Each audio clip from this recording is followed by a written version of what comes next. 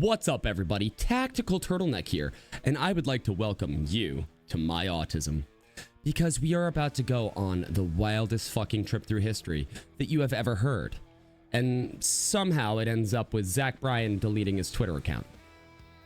So it all starts on June 28th, 1914, when this Austrian dude, Archduke Franz Ferdinand, getting absolutely fucking wrecked by a Serbian nationalist named...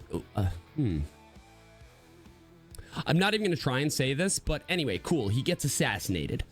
Now, did anyone stop and think, hey, maybe this isn't such a great idea? Of course not. Instead, this one shot turns Europe into a fucking dumpster fire. Well, more of a dumpster fire, which kicks off World War I. Moving on. Fast forward to July 28th, 1914, and Austria-Hungary is pretty much saying, hey, Serbia, do you want this dick? Yes! Oh my god, yes! Well, let's go. So they declare war, which becomes World War. A world war? Everyone's got their alliances set up. Germany, Russia, Britain, the surrender people. They are all in the ring ready to beat the shit out of each other. It is chaos. It is carnage. It is Europe. Now, from 1914 to 1918, it is all trench warfare and war crimes. Millions are dead, the world learns what a bad idea it is to let old dudes with mustaches run shit. And in the middle of all of this, guess who is getting a front row seat to the shit show? That is right, Adolf fucking Hitler, who's in the German army getting radicalized like a vegan psycho sponge. Never trust a vegan. It's a bad idea. The war ends, but Europe is still fucked. Germany's economy is in the shitter, and everyone's pissed. And guess who takes advantage of all the chaos?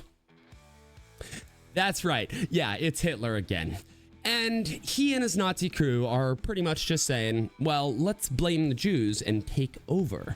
Meanwhile, Stalin's over in the Soviet Union, being just as big of a murderous prick, ensuring that no one gets food. It's like the Jersey Shore, but with less herpes. Then World War II happens. From 1939 to 1945, because apparently the first one wasn't fucked up enough.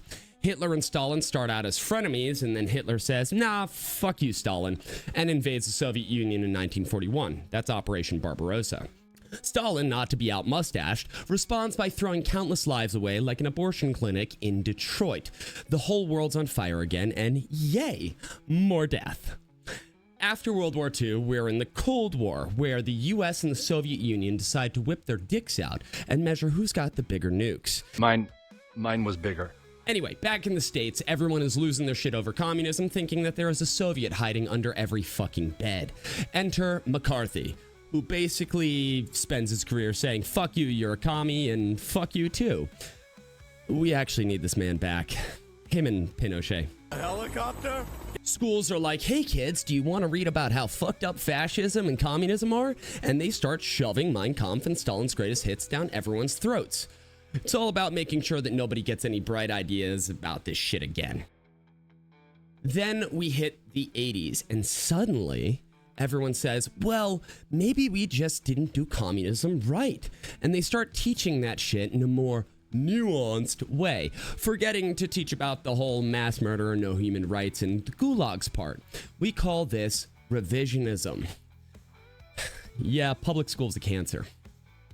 Anyway, now, with education in the shitter, people on YouTube start calling out the bullshit being taught. Enter the fat electrician. And just like a fucking legend, he calls out all the historical revisionist bullshit. He says, no, fuck this. Yeah, this is wrong. This is wrong. Wrong. Communism isn't just some cute let's all be equal fantasy. It's about people starving to death and, no human rights. And of course, he gets popular as hell for being the no bullshit guy who tells it exactly how it is. Eventually, he joins the Unsubscribe podcast, where he and the crew just shoot the shit, crack jokes, and rip on everything from military history to current events. It's funny as fuck. If you haven't watched it, you should watch it. Then, during a drive between their live shows, they start dicking around with Bryan song titles. Well, because we're just like, Jake had the aux cords. We're just like, hey, Jake, play Bryan. You're like, no, Bryan's fucking gay. Like, so we just kept coming up with new song titles. Hey, Jake, play Fuck Me in My Gay Ass by Zach Bryan. Hey, Jake, 2 Dudes 69ing by Zach Bryan. Jake by the end was like, so not any of these songs, guys. Turning them into the most absurd gay-themed shit you've ever heard. The community, of course, loses their fucking minds, and then the memes happen.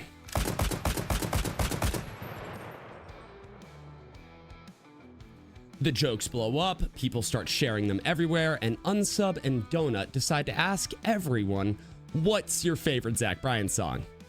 On a Zach Bryan tweet. Dude's probably just trying to chill, scroll through Twitter, and suddenly his entire feed is filled with his songs being turned into shit like, hey, play Deploy Spectrum Cum Ships and Two Black Dudes Kissing the Back of a Ford Raptor by Zach Bryan. He gets fucking pissed, or maybe he's just over it, and then bam, he deletes his Twitter. I think we may have unsubbed a little too hard, y'all. So, how did we get here? A fucking domino effect starting with a Serbian guy shooting an archduke in 1914 leads to 2 world wars, the Cold War, a fucked up education system, YouTube, historians, and a podcast of unfiltered lunacy, all culminating in Zach Bryan noping the fuck out of Twitter. I stumbled my words there, but it's okay. Either way, I hope you enjoyed my autism. Make sure to subscribe and like and all that shit. Hey Alexa, play Two Germans Are Gaping a Dog in Church by Zach Bryan. Hey! Tony's in the mirror, doing his 2-step tango. Tucks his junk, winks at himself, in love with his own Django.